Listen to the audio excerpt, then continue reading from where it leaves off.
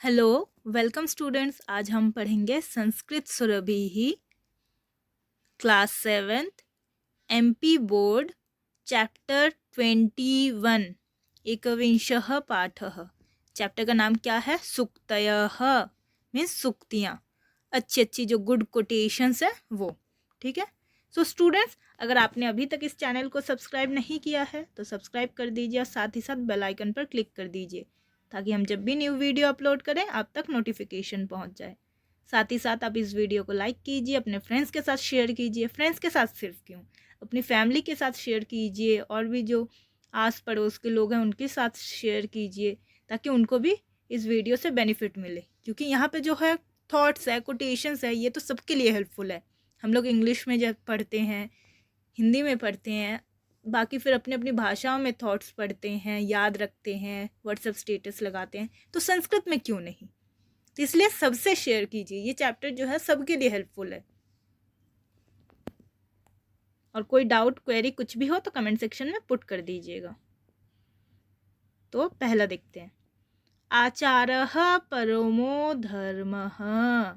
आचारः परमो धर्मः मीन्स आचरण जो है वो सबसे बड़ा धर्म है।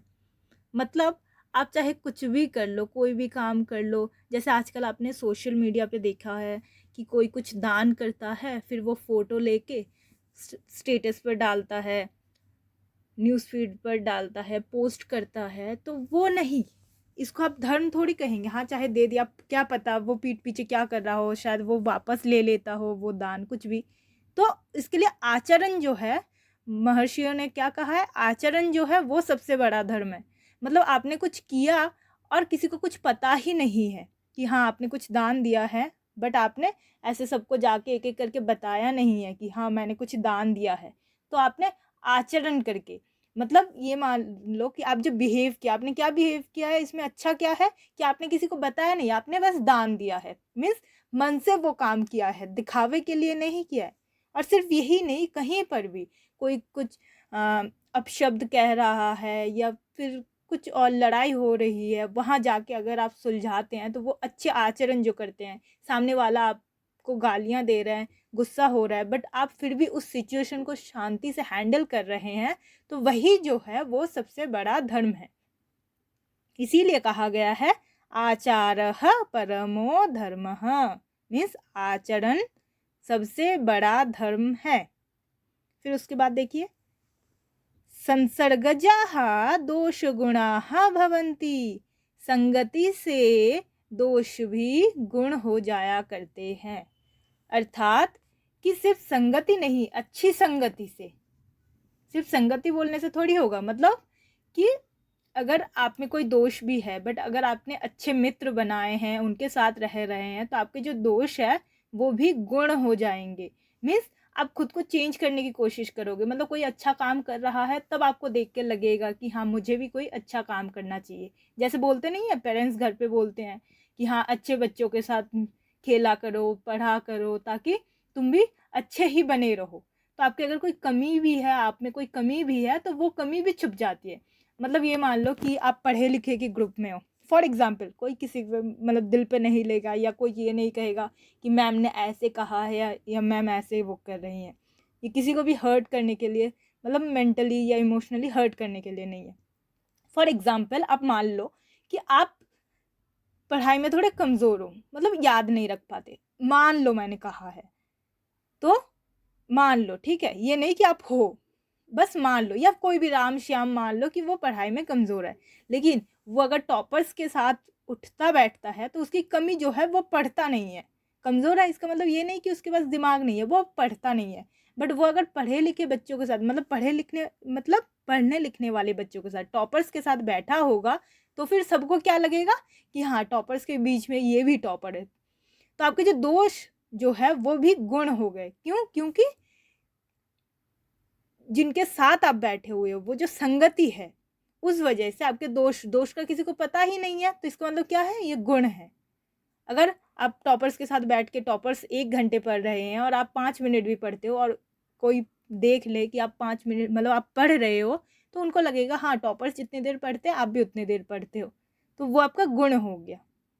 तो संसर्गजाः दोष गुणाः भवन्ति, संगति से दोष भी गुण हो जाया करते हैं। आई होप स्टूडेंट्स आप लोगों को इतना क्लियर है। आगे देखिए, उदार चरितानां तु वसुधैव कुटुम्बकम्। उदार चरितानां तु वसुधैव कुटुम्बकम् मीन्स उदार चरित्र वाले लोगों के लिए तो सारी पृथ्वी ही कुटुंब के समान है, रिश्तेदारों के समान है, दोस्तों के समान है। अब देखिए रिश्तेदार जो है वो भी आजकल अपवाद बन गए हैं, तो ये भी कोई खुद पे ना ले, लेकिन एक बात कही गई है, कुटुंब मतलब रिश्तेदार, क्योंकि ये सारी तो पुरानी कोटेशन है। तो कुटुंब मतलब क्या, जो हमारे हित चाहते हैं। तो अगर आप उदार चरित्र वाले हैं मीन्स आप बहुत अच्छे से बाहर बिहेव कर रहे हैं, तो सब आपका मित्र बनेंगे, क्यों नहीं बनेंगे। बट अगर आप देख लीजिए, आप स्कूल जाते हैं या कॉलेज जाते हैं, कुछ भी करते हैं, तो वहाँ पे आप पढ़ते हैं अच्छे चरित्र से, मतलब सबसे अच्छे से बात करते हैं, किसी को का मजाक नहीं उड़ाते, किसी को टीज़ नहीं करते हैं, तो आप उदार चरित्र वाले हुए। तो सभी आपको पसंद करेंगे, सभी आपके दोस्त बनेंगे, सबको लगेगा कि हाँ आप बहुत अच्छे हो, तो सब चाहेंगे कि आप उनके आसपास या वो आपके आसपास रहे, मतलब सब साथ रहे। इसीलिए कहा गया है उदार चरितानां तु वसुधैव कुटुम्बकम। अगर कोई अकेला भी है भाई, उसका पूरा मित्र मतलब पूरी दुनिया जो है वो दोस्त बन सकते हैं। ठीक है, आगे देखिए, हितम मनोहारी च दुर्लभम वच। हित और मनोहारी वचन दुर्लभ होते हैं। अब ये जो हितम मनोहारी च दुर्लभम वचन ना, आप लोग कमेंट सेक्शन में लिखेंगे कि ये जो कोटेशन है, मतलब ये तो प्रॉपर श्लोक है, बट ये जो कोटेशन है ये कहाँ से लिया गया है, ये आप कमेंट सेक्शन में लिखेंगे, सर्च करेंगे गूगल से, या अपने पेरेंट्स से पूछेंगे, या आपके सिबलिंग्स जो होते हैं बड़े, उनसे पूछेंगे। आप पता करके ये कमेंट सेक्शन में पुट करेंगे कि जो ये श्लोक या जो कोटेशन है हितम मनोहारी च दुर्लभम वच, ये कहाँ से लिया गया है, या फिर ये श्लोक कहाँ का है। ठीक है, मतलब कि हितकारी और मनोहारी वचन दुर्लभ होते हैं। मतलब कि ये कि आजकल के ज़माने में या पहले के भी ज़माने में हितकारी मतलब जो हमारे लिए सही हो, और मनोहारी मतलब जो हमें पसंद हो, मन को हरने वाला मनोहारी। तो ये जो दो तरह के वचन है वो बहुत दुर्लभ होते हैं। मतलब फॉर एग्जांपल ये मान लो कि जैसे आपको कहा जाए, आपके घर वाले कहते हैं कि रात के 8 बजे या 7 बजे शाम के या 6 बजे, कि कोई भी एक टाइम मान लो, सबके घर में अलग अलग टाइम, कि ये फिक्स टाइम है, मान लो शाम के 6 बजे, कि 6 बजे के बाद तुम बाहर नहीं जाओगे या जाओगी। ठीक है, तो ये हितकारी तो है भाई, घर वाले हैं, पेरेंट्स हैं, उन्होंने अच्छे के लिए ही कहा है, तो ये हितकारी तो है कि हाँ आपके सही के लिए, भले के लिए उन्होंने बोला है, लेकिन ये मनोहारी नहीं है। तो आपको ये बात पसंद आएगी? आपको ये लगेगा कि मेरे जो दोस्त है उसके घर वाले ने तो 6:30 कहा है, तो फिर मेरे घर वाले क्यों 6 बजे कह रहे हैं, या उसके घर वाले ने 7 बजे कहा है, तो फिर मेरे घर वाले क्यों 6 बजे कह रहे हैं। तो ये आपके लिए मनोहारी नहीं है, हितकारी है, मनोहारी नहीं है। ठीक है, या फिर आपको अगर आपके दोस्त बोले, जैसे फॉर एग्जांपल आप हॉस्टल में रह रहे हो या फिर कहीं पे पीजी लेके, आपके कोई भैया या आपकी कोई दीदी रह रही है, तो वो अगर मान लीजिए कि अगर कहे चलो रात के 12 बज गए हैं, चलो पार्टी करने चलते हैं। ठीक है, या फिर आप घर पे ही रह रहे हो बट छुपके से आप अपने सिबलिंग के साथ बाहर बर्थडे पार्टी मनाने या कहीं जा रहे हो, बट कैसे जा रहे हो, बिना घर वालों को बताए। जैसे मूवीज़ वगैरह में नहीं देखा, खिड़की से कूद के एंड वगैरह, फॉर एग्जांपल ले लो कि आप वैसे जा रहे हो। तो ये जो एग्जाम्पल या फिर ये जो बात है, ये आपके सिबलिंग ने कहा है, बड़े भैया ने या बड़ी दीदी ने कहा है कि चलो रात को घर वालों को बिना बताए, मम्मी पापा को बिना बताए चलते हैं। तो ये जो है आपके लिए मनोहारी है कि हाँ रात को चलेंगे, मज़े करेंगे, आनंद उठाएंगे, तो ये तो मनोहारी हो गया। क्या ये हितकारी है कि रात के 12 बजे आप घर से बाहर जा रहे हो, वो भी किसी को बिना बताए? बताओ। तो इसलिए कहा है कि हितकारी और मनोहारी दोनों वचन, दोनों बातें एक ही साथ हो, ये बहुत ही दुर्लभ होता है। ठीक है, आगे देखिए, उद्यमेन ही सिद्ध्यन्ति कार्याणि न मनोरथैः।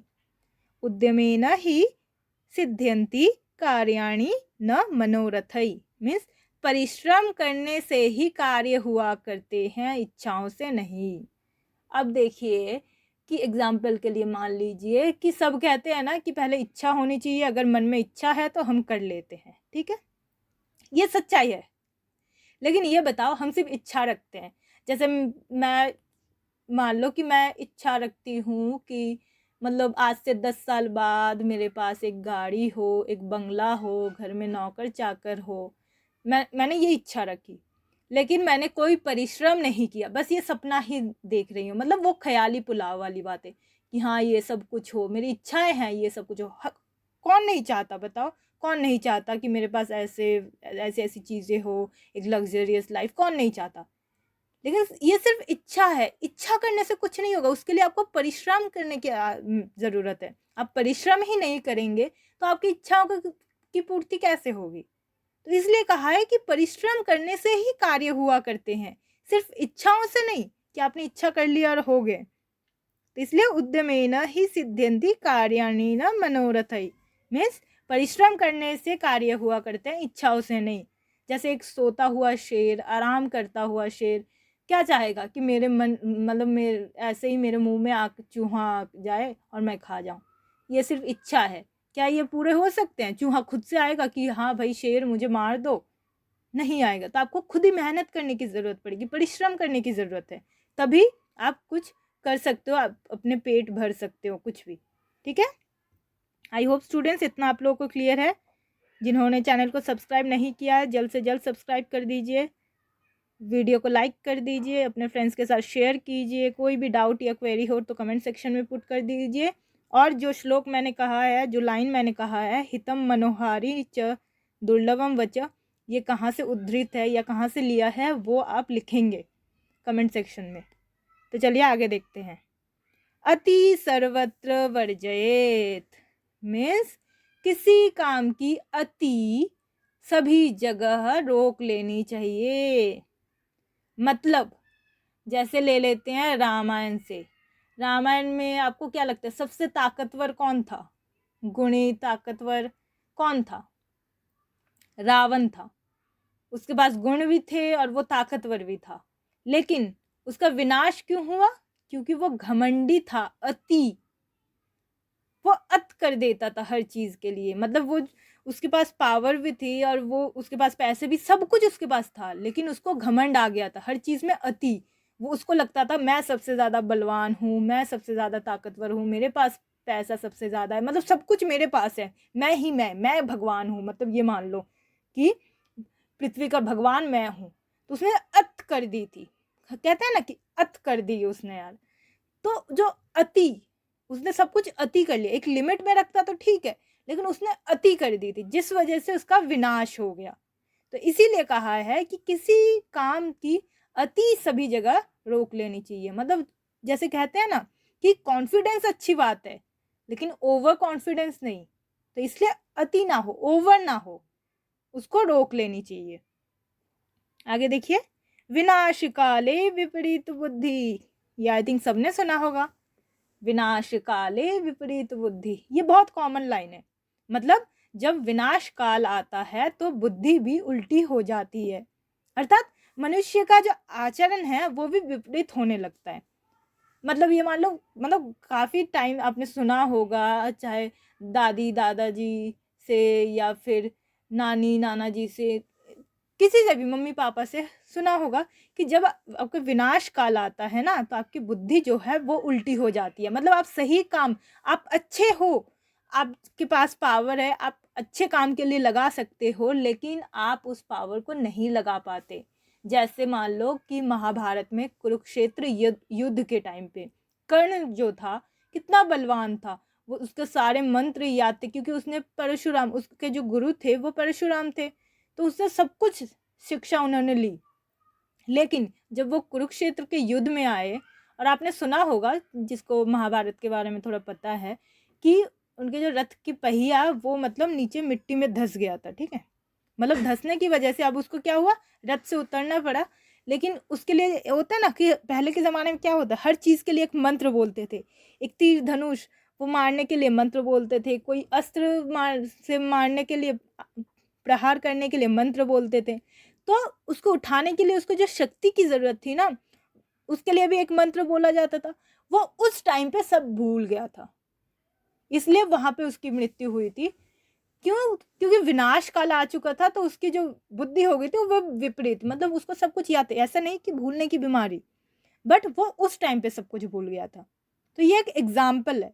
ऐसे एग्जाम्पल आप खुद भी दे सकते हैं, कमेंट सेक्शन में आप पुट कर दीजिए जिसका भी आपको जो एग्जाम्पल लगता है। तो इसलिए विनाश काले विपरीत बुद्धि ही। कोई भी काम ले लो, हम भी अच्छे काम करते हैं ना, कभी कभी हम बोलते हैं ना, या गलती हो गई, ये हम मुझे नहीं करना चाहिए था, ये मेरे दिमाग में आया था बट पता नहीं मैंने क्यों नहीं किया। तो ये सारी बातें। आगे देखिए 8th जो है, न कूप खननम युक्तम प्रदीप्ते बन्हीना गृहे, न कूप खननम युक्तम प्रदीप्ते बन्हीना गृहे। मीन्स घर में आग लगने पर कुएं का खोदना उचित नहीं होता। अब यहाँ पे जो एक लाइन में भाई कितना कुछ बता दिया है। देखिए, घर में आग लगने के बाद आप कुआं खोदेंगे, फिर उससे पानी निकालेंगे, फिर आग में डालेंगे। मतलब ये कि जो काम आपका 2 मिनट में, मान लो कि 2 मिनट में सब कुछ नष्ट हो सकता है, तहस नहस हो सकता है, लेकिन उसको आप ठीक करने के लिए क्या करेंगे कि आधे घंटे का टाइम लेंगे। तो फिर उसका क्या फ़ायदा? आपके घर में अगर आग लगी है भाई, कितने देर में? 10 मिनट में, 15 मिनट में, 20 मिनट में, आधे घंटे में, चलो मान लो 1 घंटे में सब कुछ खाक होने वाला है। क्या आपके लिए पॉसिबल है कि 1 घंटे के अंदर या 1.5 घंटे के अंदर आप कुआं खोदें, फिर उसमें से पानी निकाले, फिर आग बुझाएं? क्या आपके लिए पॉसिबल है? बिल्कुल भी पॉसिबल नहीं है। तो इसलिए जो छोटा सा काम, जो 2 मिनट का काम कुछ और करने से हो सकता है, मतलब आप कुएं खोदने से अच्छा है कि भाई दमकल वाले को उसको फ़ोन कर दो, वो पानी लेके वो कर देंगे। बताओ, फायर एक्सटिंग्विशर वाले को फ़ोन कर सकते हो कि नहीं कर सकते? तो जो आपका वो काम जब चुटकियों में हो सकता है, तो आप क्यों पानी निकालने जाओगे, क्यों कुआं खोदने जाओगे? तो इसलिए जो काम जिससे पॉसिबल हो, मतलब अगर कोई परेशानी में हो, प्रॉब्लम में हो, उस टाइम पे अगर 2 मिनट में कुछ और सोल्यूशन और कुछ हो सकता है, तो क्यों फालतू की मेहनत करने में जाना? तब तक तो सब कुछ खत्म ही हो चुका होगा। तो इसलिए कहते हैं न कूप खननम युक्तम प्रदीप्ते बन्हीना गृहे। मीन्स घर में आग लगने पर कुएं का खोदना उचित नहीं होता है, मतलब कुआं नहीं खोदना चाहिए। 9th देखिए, आत्मनः प्रतिकूलानि परेशान न समाचरेत। क्या है श्लोक? आत्मनः प्रतिकूलानि परेशान न समाचरेत। मीन्स जो काम अपने लिए विपरीत हो वह दूसरों के लिए नहीं करना चाहिए। मतलब ये मान लीजिए, जैसे कोई काम करने जा रहे हैं और उस काम में रिस्क है, चाहे कुछ भी मान लो। फॉर एग्जाम्पल ले लो कि आपने कुछ पढ़ा नहीं है और आप कहते हो कि एक काम करते हैं, कुछ टीचर से या टीचर की जो बेटी है, बेटा है, उनसे कुछ पता करते हैं। क्या पता वो कुछ बता दे, क्वेश्चन पेपर में क्या बनाया है, क्या लिखा है, वो बता दे। लेकिन ये आपके लिए विपरीत है, मीन्स आपके लिए सही नहीं है। अगर टीचर को पता चल गया कि आप चीटिंग करने की कोशिश कर रहे हो, तो क्या होगा? अब कुछ भी हो सकता है। देखिए कि आपको फेल करवा दे, वो क्या कहते हैं, 1 हफ्ते के लिए या 2 हफ्ते के लिए आपको स्कूल से, कॉलेज से निकलवा दे, तो क्या फ़ायदा बताओ? ये आपके लिए हितकारी नहीं है। लेकिन वही काम आपको लगता है कि आपका दोस्त अगर लग रहा है कि फेल हो जाएगा और उसके लिए पूछते हैं, तो वो भी उसके लिए भी नहीं करना चाहिए, क्योंकि ये काम आपके खुद के लिए जब सही नहीं है तो उसके लिए क्या सही होगा? ये बताओ। अब उसके टाइम पे वो पूछने गया, उसको आपने आइडिया दिया कि हाँ एक काम कर ले, उनके बच्चे से पूछ ले, वो बता देंगे क्वेश्चंस क्या क्या दिया है और फिर लिख लेना। तो फिर अगर उसके बारे में फिर टीचर को पता चल गया तो क्या होगा, ये बताइए? तो इसका मतलब ये क्या है कि उसके लिए भी सही नहीं है। तो अगर ये काम आपके लिए विपरीत है, आपके लिए सही नहीं है, तो वो तो उसके लिए भी सही नहीं है ना। तो उसको भी, उसके लिए भी नहीं करना चाहिए, या उसको भी ये आइडिया नहीं देना चाहिए, क्योंकि आपके लाइफ का जो रिस्क है, जो फ्यूचर का रिस्क है, वो उसके फ्यूचर का भी तो रिस्क है। तो आप अगर अपना हानि नहीं चाहते हो तो उसका हानि क्यों करना, क्यों चांस लेना उसके लाइफ के लिए? बताइए। तो इसलिए आत्मनः प्रतिकूलानि परेशान न समाचरेत, मीन्स जो काम अपने लिए विपरीत हो वह दूसरों के लिए नहीं करना चाहिए।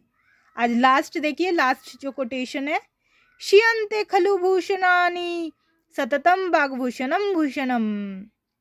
शियन्ते खलु भूषणानि सततम वाग्भूषणम भूषणम, मीन्स आभूषण तो नष्ट हो जाते हैं परंतु वाणी का आभूषण सदा आभूषण के रूप में बना रहता है। मीन्स आप कोई ज्वेलरी बना लो, गोल्ड सिल्वर डायमंड कुछ भी बनवा लो, वो तो टाइम के साथ नष्ट हो जाएगा। मतलब आप अगर डेली यूज़ करोगे तो वो धीरे धीरे नष्ट होता जाएगा, उसका कलर फेड होता जाएगा, फिर धीरे धीरे मतलब बहुत, अगर कोई मोटी सी आप चेन बनवाते हो तो वो पतली हो जाएगी, तो धीरे धीरे नष्ट हो जाएगा। लेकिन अगर वाग्भूषणम, वाणी का भूषण, मतलब जो बातें, अच्छी बातें अगर आप सीखेंगे तो क्या अच्छी बातें अपने आप बुरी बातें हो जाएंगी? अगर आप अच्छी बातें, आप जैसे कहेंगे कि हमें सर्वदा सच कहना चाहिए, आप सच बोलते हैं, तो ये बात क्या धीरे धीरे धीरे धीरे धीरे धीरे आप भूल जाएंगे? क्या ये खत्म हो जाएगी ये बात कि हाँ हमें सच नहीं बोलना चाहिए, सत्य नहीं बोलना चाहिए? बताइए। तो इसलिए आभूषण तो नष्ट हो जाते हैं लेकिन वाणी का जो भूषण है वो कभी भी नष्ट नहीं होता है। इसलिए वाणी को सही रखिए।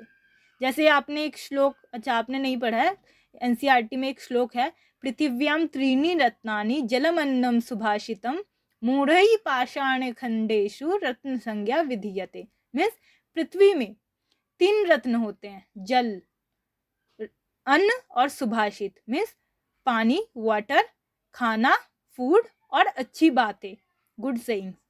बट मूढ़ै पाषाण खंडेषु, मूर्खों के द्वारा पत्थरों के टुकड़े को रत्न संज्ञा विधीयते, रत्न का नाम दिया गया है कि मूर्खों ने जो है ना वो पत्थरों को रत्न कहा है। मीन्स हीरा जवाहरत ये सब कुछ रत्न है, लेकिन मूल रत्न क्या है? अच्छी बातें, खाना, जल, ये है मेन मूल रत्न। तो जो ये वाणी है, ये जो वाणी रूपी आभूषण है, ज्वेलरी है, गहने हैं ना, ये हमेशा रहते हैं, हमेशा। आभूषण मतलब वाणी का जो आभूषण है ना वो हमेशा आभूषण रूप में ही बना रहता है। तो इसलिए आभूषण नष्ट हो जाते हैं किंतु वाणी का आभूषण कभी भी नष्ट नहीं होता है। इसीलिए कहा है शियन्ते खलु भूषणानि सततम वाग्भूषणम भूषणम। आई होप स्टूडेंट्स आप लोगों को ये 10 जो लाइन्स है बिल्कुल क्लियर है। देखिए सब कुछ एक श्लोक से ही लिया गया है या फिर कहीं से किसी अच्छी बुक से लिया है, गीता से लिया है। तो अगर आप चाहें तो जो 10 कोटेशंस है आप ये कमेंट सेक्शन में लिख सकते हैं कि किस कोटेशन को या कितने नंबर कोटेशन को कहाँ से लिया गया है। ये भी आपके लिए थोड़ा ढूंढने का भी काम हो जाएगा, आपको कुछ सीख भी जाएंगे और बाकियों के लिए भी हेल्पफुल होगा। क्योंकि हम कोई भी वीडियो देखते हैं, कोई भी मान लो सिर्फ एजुकेशनल नहीं, कोई भी वीडियो हम देखते हैं, हम नीचे कमेंट सेक्शन पढ़ने जाते हैं कि हाँ कमेंट में किसने क्या कहा है। सिर्फ आप क्यों, मैं भी यही करती हूँ कि कमेंट सेक्शन में किसने क्या कहा है, वीडियो के बारे में, उसके कैरेक्टर के बारे में या पढ़ाया जो है उसके बारे में किसने क्या कहा है, हम वो जानने की कोशिश करते हैं। तो इसलिए तो अगर आप कमेंट सेक्शन में आप लिख देंगे तो फिर ये भी आपके लिए हेल्पफुल हो जाएगा, मतलब दूसरों के लिए कि वो भी पढ़ लेंगे कि कौन से वाले लाइन को कहाँ से लिया है। आई होप स्टूडेंट्स आप लोगों को ये चैप्टर बिल्कुल क्लियर है। कोई भी डाउट क्वेरी हो तो कमेंट सेक्शन में पुट कर दीजिए, वीडियो को लाइक कीजिए और सबके साथ इस वीडियो को शेयर कीजिए। लिंक जो है वो सबके साथ शेयर कीजिए ताकि उनको भी बेनिफिट मिले। और अगर आपने इस चैनल को सब्सक्राइब नहीं किया है तो जल्द से जल्द सब्सक्राइब कर दीजिए। Thank you.